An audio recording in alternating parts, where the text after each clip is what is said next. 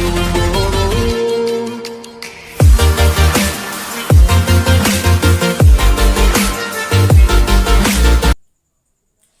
Friends, welcome my self Neetu.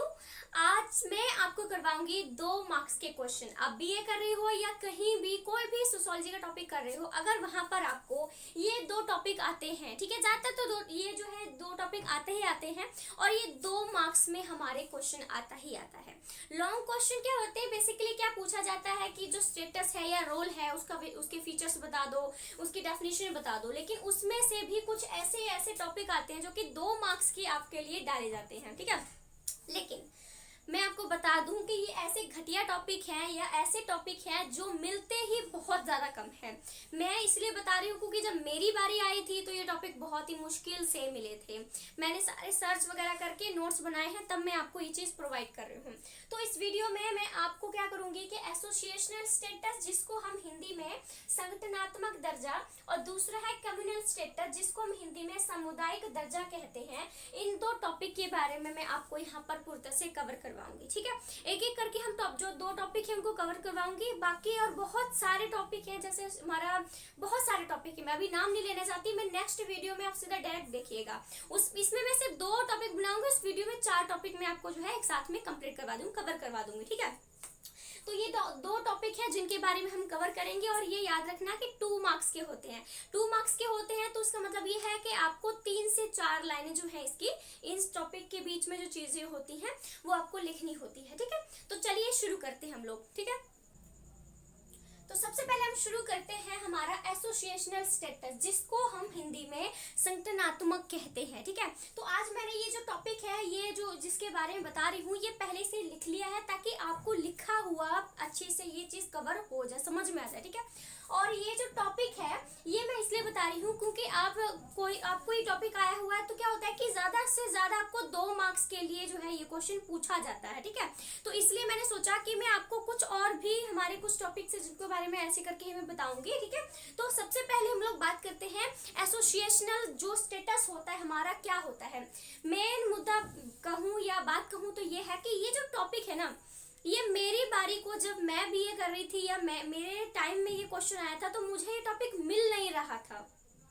वो search किया, teacher का सुना, तो फिर अपनी समझ से इसको बनाया मैंने, ठीक है। मेरे पास कुछ नोट्स पड़े थे तो वहीं से मैंने इसको फिर से जो मैंने अपने आप नोट्स बनाए हैं वो मैं यहाँ पर आपको जो यहाँ पर एक्सप्लेन कर रही हूँ, ठीक है। तो हम लोग बात करते हैं एसोसिएशनल स्टेटस के बारे में, जिसको हम हिंदी में संगठनात्मक कहते हैं, ठीक है।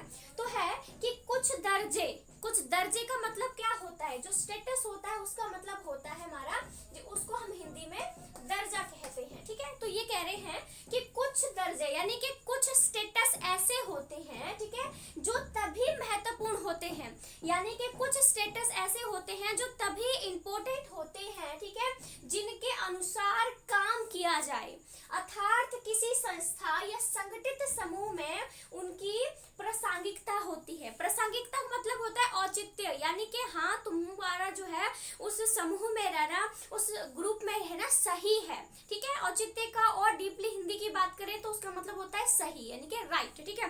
तो ये कह रहे हैं कि कुछ ऐसे दर्जे होते हैं, ठीक है, कुछ ऐसे स्टेटस होते हैं जो तभी इंपॉर्टेंट होते हैं जिनके अनुसार काम किया जाता है, अर्थात किसी संस्था या संगठित समूह में ही उनकी कुछ प्रासंगिकता होती है। देखो मेरा बहुत सारा स्टेटस है, मैं एक बच्चा भी हूँ, मैं एक किसी की बहन भी हूँ, मैं किसी का कुछ भी हूँ, ठीक है। तो ये क्या है, ये मेरे सोसाइटी में मेरा स्टेटस है कि मैं अभी किसी की बहन हूँ, या घर में मेरा जो दर्जा है वो घर में मैं सबसे छोटी हूँ, ठीक है। लेकिन कहाँ हूँ मैं एक परिवार की संस्था में हूँ, तो वहीं पर ही तो मेरी इंपॉर्टेंस है कि हाँ, मैं एक फैमिली में हूँ, फैमिली की संस्था में हूँ जहाँ पर मैं सबसे छोटी हूँ, ठीक है। तो यही यहाँ पे जो है इन्होंने कहा है। मैंने हर जो भी टॉपिक में इसमें समझाऊंगी उसके साथ में एक एग्जाम्पल को जरूर रखा है, क्योंकि एग्जाम्पल के बिना आपको भी समझ में नहीं आएगा और एग्जामिनर को भी आप अपनी बात समझा नहीं पाओगे। तो जितना भी आपको इस तरह से छोटे मोटे जो हमारे 2 मार्क्स के टॉपिक आते हैं तो कृपया आप वहां पर एक एग्जाम्पल को तो जरूर ही ऐड कीजिएगा, तभी आपका जो क्वेश्चन है राइट हो पाएगा और समझ में भी आ जाएगा। देखो मैंने क्या बोला, शायद अब किसी को समझ में ना आया हो, एग्जाम्पल से आपको समझ में आ जाएगा, ठीक है। हमारा उदाहरण है, जैसे मैंने यहाँ पर एक नर्स का एग्जांपल लिया हुआ है कि एक नर्स जो है वो अपने काम के दौरान ही नर्स रहेगी, यानी कि नर्स की ड्यूटी मान लो कि 9 से 5 की ड्यूटी है उसकी, तो ये कह रहे हैं कि एक नर्स जो है वो अपने काम के दौरान ही वो नर्स रहेगी, लेकिन ड्यूटी खत्म होने के बाद या अवकाश यानी छुट्टी वाले दिन वो अपनी व्यवसायिक यानी कि अपनी ऑक्यूपेशनल वाली जो स्टेटस होता है उससे संबंधित भूमिका नहीं निभा पाएगी। ये सिंपल सी कहने की बात हमारे जो है इसमें आ जाता है। जैसे आपने एक और चीज सुनी होगी, कुछ इंस्पेक्टर की बात, पुलिस वालों की हम लोग बात करते हैं तो कहते हैं ऑफलाइन ड्यूटी और ऑनलाइन ड्यूटी।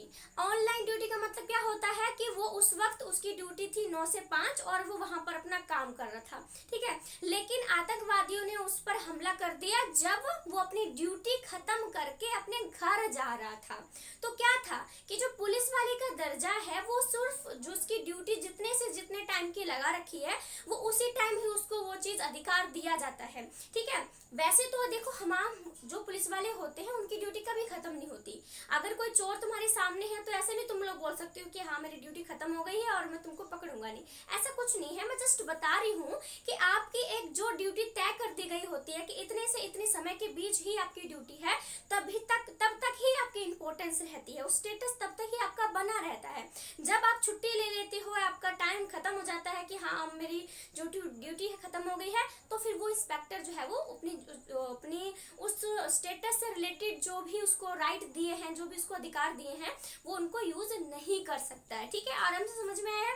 वैसे एग्जांपल क्या इसका भी है कि एक नर्स के कुछ जो है उसको देखो एक नर्स है, उसको 9 से 5 की उसकी ड्यूटी है, तो वो एक नर्स जब रहेगी ड्यूटी पर रहेगी तो वो कोई भी काम कर सकती है, किसी भी ऑपरेशन के सामान को उठा सकती है, देख सकती है, सब कुछ कर सकती है, ठीक है, ओके, ठीक है। लेकिन अगर उसकी ड्यूटी खत्म होने के बाद भी वो मतलब अपने ऐसे ही आ जाती है कुछ भी, तो उसको टच करने का कोई अधिकार नहीं, क्योंकि वो ड्यूटी पर नहीं है।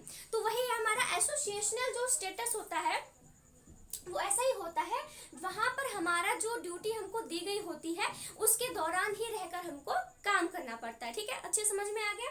तो ये हमारा एसोसिएशनल स्टेटस जो है वो कवर हो जाता है। अब हम नेक्स्ट पॉइंट की बात करते हैं, ठीक है।